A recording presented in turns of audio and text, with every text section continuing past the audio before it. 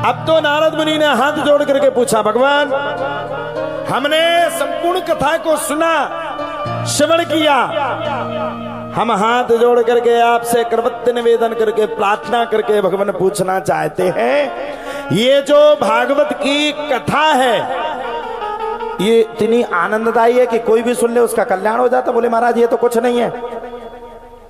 अब आगे सुनो तो मैं ध्यान पूर्वक सुनाता हूं। तुंगभद्रा तटे पूर्व मभूत पत्तनमोत्तमम् यत्र वर्णाश्वधर्मेण सत्य सत्कर्म तत्परः। तुंगभद्रा नदी के पास, आनंद नाम के तट के पास एक उत्तम नामक नगर था। उत्तम नामक नगर में कई वयोवृद्ध व्यक्ति रहते थे। उसी नगर के बीच में एक पंडित जी रहते थे जिनका नाम था पंडित आत्मदेव शास्त्री। शास्त्री जी के घर में कोई कमी नहीं, ना धन की, ना धान्य की, ना संपत्ति की, कोई कमी नहीं। शास्त्री जी के घर में एक कमी, किस बात की कमी? संतान की कमी। अब देखो मैं यह ध्यान पूर्वक सुन लो। वो गृहस्थी किस काम का? जिस गृहस्थी के जीवन में संतान ना हो, और वो संत किस काम का? जिस संत के जीवन में भगवान का भजन ना हो। आत्मदेव शास्त्री का दिमाग का रोज प्रतिदिन ताने सुन सुन के हैरान है गए, संतान होती नहीं। अपने आप में बड़ा कष्ट हुआ। और जब आत्मदेव शास्त्री को जब इतनी सब कथा हो गई, तो इतनी सब कथा होने के तत्पश्चात ही पंडित आत्मदेव शास्त्री का बड़ा दिमाग खराब, प्रतिदिन दिमाग खराब रहे, इतना दिमाग खराब, इतना दिमाग खराब जिसकी कोई सीमा नहीं। अथाह दिमाग खराब पंडित जी का रहे। और जब अथाह दिमाग खराब पंडित जी का रहवे, तब तो प्यारे कहा जाता, एक दिन पंडित जी ने जंगल में जाकर के अपने प्राण खोने का निश्चय कर लिया। आज ही मर जाऊंगा, कल तक के लिए जिंदा ही नहीं बचूंगा। पंडित जी ने जब ये निश्चय किया तो पंडित जी चल पड़े मरने के लिए। एक संत जी टकरा गए।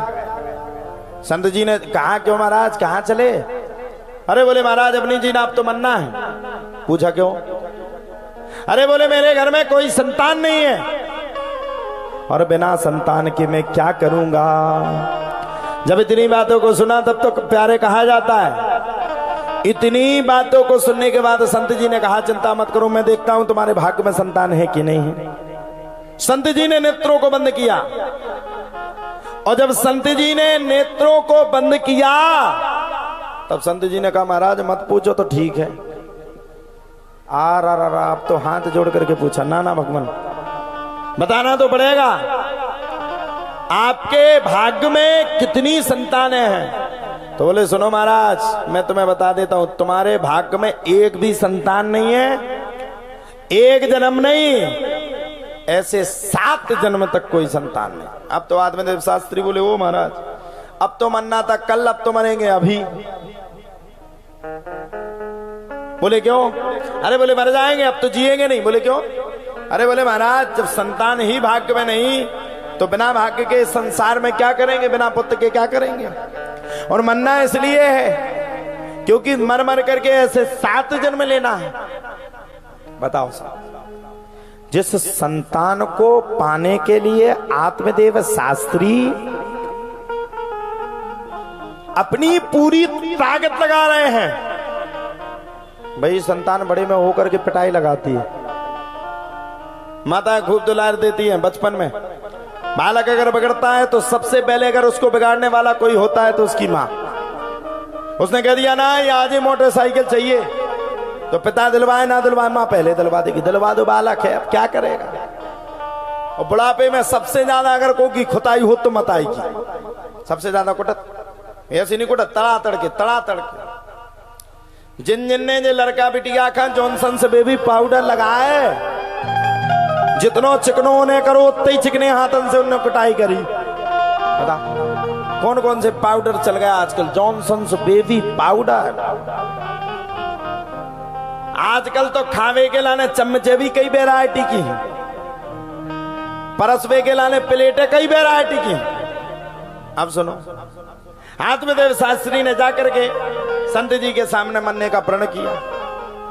संत जी ने कहा भैया मरो मत, अगर मर जाओगे तो हमारा क्या होगा। जब संत जी ने कहा मरो मत, तब तो आत्मदेव शास्त्री का दिमाग खराब, तो तुम कुछ बताओ। बोले चिंता मत करो, मैं तुम्हें बताता हूं, ध्यान पूर्वक सुनो। इस फल को ले जाओ और अपनी पत्नी को खिला देना, और पत्नी के जो प्रथम संतान होगी वही तुम्हारी संतान है। और बोले सुनो महाराज, लेकिन ध्यान करना, सत्यम शौचम दया नास्ति, सत्य और दया का पालन तुम्हारे पत्नी करेगी। पत्नी तो बड़ी खतरनाक, धुंधली उसका नाम है, धुंधली उसका काम है, पत्नी बड़ी खतरनाक। अब क्या करें, अब क्या करें, अब क्या करें। वो जब तक एक दो बार पड़ोसियों से न लड़ ले जब तक कोई पता नहीं चलता, और जब तक एक दो बार पड़ोसी उससे न लड़ ले जब तक उसका पेट का पानी नहीं पकता। अब करें तो करें, क्या करें। प्रसाद को लेकर के दौड़ करके सीधे आत्मदेव शास्त्री आ गए, और जब प्रसाद को लेकर के दौड़ करके आत्मदेव शास्त्री आए तो आत्मदेव शास्त्री ने सेब के फल को देवी को दे दिया, लो पालो। अब उसका दिमाग खराब। पंडिताई में दो चीजें सबसे ज्यादा आती हैं, एक प्रसाद और एक मिठाई। पंडित जी के घर में मिठाई और बर्तन की कोई कमी नहीं। आत्मदेव शास्त्री का दिमाग खराब, अब करें तो करें, क्या करें। दिमाग हैरान है गया। पत्नी बोली महाराज 10 दिन में आए, सेब का फल लाए। आत्मदेव बोले चिंता मत करो, ये फल तुम्हारी किस्मत को बदल देगा। कैसे। बोले इस फल को पालोगी, गर्भवती हो जाओगी, तुम्हारे बालक या बालका हो जाएगी।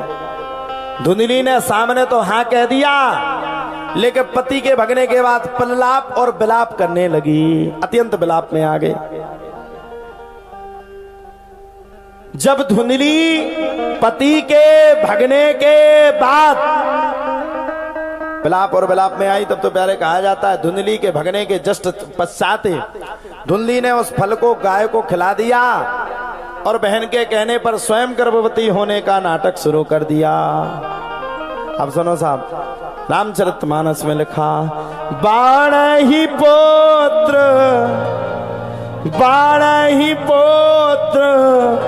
पिता के धर्मा, बारह ही पुत्र पिता के धर्मा,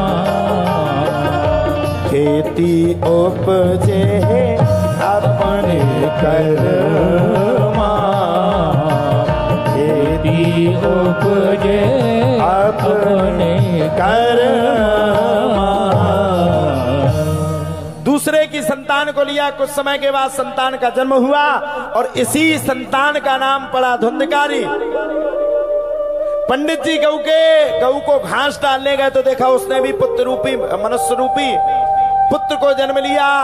उसके पुत्र के गऊ के खौर जैसे कान थे, इसलिए उसका नाम गोकर्ण रख दिया। गोकर्ण पंडितो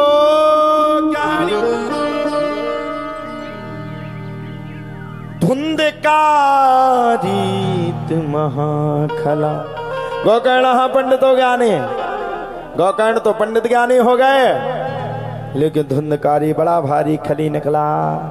कोई वैश्याओं को यहाँ जाए वहां काम करवे, कोई यहाँ जाए तो यहाँ चोरी करवे, वहां जाए तो वहां चोरी, चारों जगह पर चोरी करना प्रारंभ कर दिया। अब क्या करें महाराज, सब बड़े भारी परेशान हो गए। एक दिन पिता ने समझाया तो उसने पिता की ही उल्टी पिटाई कर डाली। जब बाप को ही मार दिया तो बाप तो भाग गया कि भाड़ में जाए, हमें को जब सूंट रहा तो किसी को भी सूंट दे सकता। पिता तो भाग गया, लेकिन पिता के भागने के जस्ट तत्पश्चात ही बड़े प्रेम के साथ अब तो धुंधकारी 5-5 वैश्याओं को के लिए अपनी माता से कहने लगा, कुछ है तेरे पास। माँ ने मना किया तो उसने माँ की भी खूब भयंकर पिटाई लगाई। मां समझ गई ये बड़ा भारी दुष्ट है, दुष्ट प्रवृत्ति का मनुष्य है।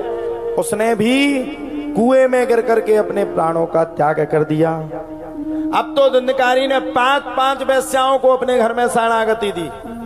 अब वेश्या तो वेश्या बुकुर पत्नियां है, तुम्हारी बात को माना जाए। आप महाराज जब वेश्याओं को शरणागति दी तो वेश्याओं के लिए खूब कमा करके लाए, चोरी कर करके लाए। एक दिन तो धुंधकारी ने राजा के घर में जाकर के चोरी कर डाली।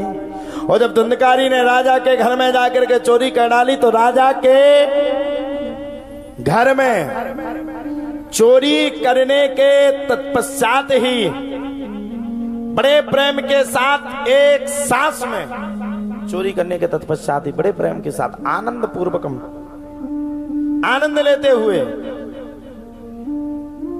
बड़े प्रेम के साथ अहम भ्राता तुदीयोस्मि धुंधकारी नामता। धुंधकारी ने एक दिन राजा के घर में जाकर के चोरी कर डाली। जब धुंधकारी ने राजा के घर में चोरी करी तब तो वेश्याओं ने सोचा कि जे तो सोटे हो उनके संग हम भी सोटे, इन्हें तो मन्ने हो संग हमें ले डूबे, एक काम करो रात के मार डालो। वेश्याओं ने प्लानिंग करके रात्रि के समय में ही गला घोंटना शुरू कर दिया। और जब वेश्याओं ने रात्रि के समय में ही गला घोंटना शुरू किया तो धुंधकारी नहीं मरा, तो जलता हुआ अंगारा धुंधकारी के गले में जाकर के डाल दिया। धधकते धधकते धधकते धधकते धधकते धुंधकारी ने अपने प्राणों को छोड़ दिया। यही सच्चाई है जीवन की। खूब कमा लो, खूब रख लो, खूब कछु कर लो, जिस दिन संसार समझ जाएगा कि तुम उसके लायक नहीं हो, जिस दिन समझ जाएंगे कि पिताजी कमाने के लायक नहीं है, उस दिन आपकी संतान भी आपका साथ देने से मुकर जाएगी।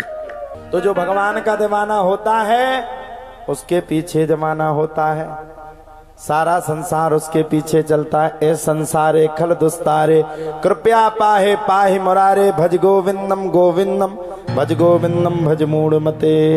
धुंधकारी का अंत हो गया। भाई गोकर्ण ने श्राद्ध की फिर भी नहीं तरा। तब गोकर्ण जी महाराज ने बड़े प्रेम के साथ भागवत की कथा को सुनाया। उस 7 दिवसीय श्रीमद् भागवत कथा को सुनकर के धुंधकारी का कल्याण हो गया। बोलो भागवत महापुराण की जय, सुखदेव जी महाराज की जय। सबरे बैठे थे सरीला वाले, बोले वाह हमने भी तो कथा सुनी महाराज जी, क्या तरह हमें खुश तन्ने। ये चाची काकी अरे बैठे थे। बोले भैया इसे नहीं तरह का, ऐसे श्रोता 3 प्रकार के हो, तो श्रोता, सोता और सरोता। सरोता का काम क्या है? सुपारी को काटना। अबे कछु जने बैठे हुए बुराई करने के बाद जिन्हें कारी का मचा का अच्छी कथा करत वो तो बिथा ही बिथा करत, ये होगा सरोता। इनको कभी भी ना जे घर के रात ना घाट के रात, और सोता कथा चल रही हो वो सो रहे होते हैं सोता। अब इनमें से कई परसेंट लोगों का मन नहीं लग रहा। कई माताएं तो अपने फोन खाने से धरे, जो भी मेरे शाम का दीवाना है, अपने इंस्टाग्राम में खुद की रील देख रही हैं, हम कितने अच्छे लग रहे हैं, उसके पीछे ये जमाना। एक बात कहे, पहले की नई बहुओं को कोई देख नहीं पाता था। आज कहता ब्याह हो रहा हो घर में लिखू रहा फलाने के संगे ढकाना, उनको नाम तो ऊपर इंस्टाग्राम पे सर्च करके देख लो भाई, अपने आप तुम्हें होता ही मिल जाए साक्षात। हाँ हाँ हाँ, बढ़िया लाली माली लगाए एक नंबर। हाँ आजकल तो भैया इंस्टाग्राम को तो चक्कर होगा कि आदमन की नींद हराम है इंस्टाग्राम के चक्कर में, रात भर। अच्छा आजकल के आदमी भी पत्नी के साथ गाना बनाते, हम ऐसे करेंगे प्यार की दुनिया याद करे वाला। अच्छा कल के दिन आने के लड़का बड़े हुए सुबह देखे मम्मी कितो ठुमका लगा रही थी। जब वे बड़े हुए जब देखे मम्मी कितो प्यारो ठुमका मारे, तो वाह वो पापा तुम भी संगे हते। एक दिन पापा में दमाच बोले। आजकल का भैया जमाने बड़ा होता है, रील्स बनाने के चक्कर में खुद की रील बन जाती है। महाराज श्रोता बनो, श्रोता बन करके कथा सुनो, और जो श्रोता बन करके भागवत की कथा सुनता है उसका कल्याण होता है। और संपूर्ण 7 दिवसीय श्रीमद् भागवत कथा को सुनना चाहिए, यही कथा के सुनने का महात्मा है। बोलो सच्चिदानंद भगवान की जय।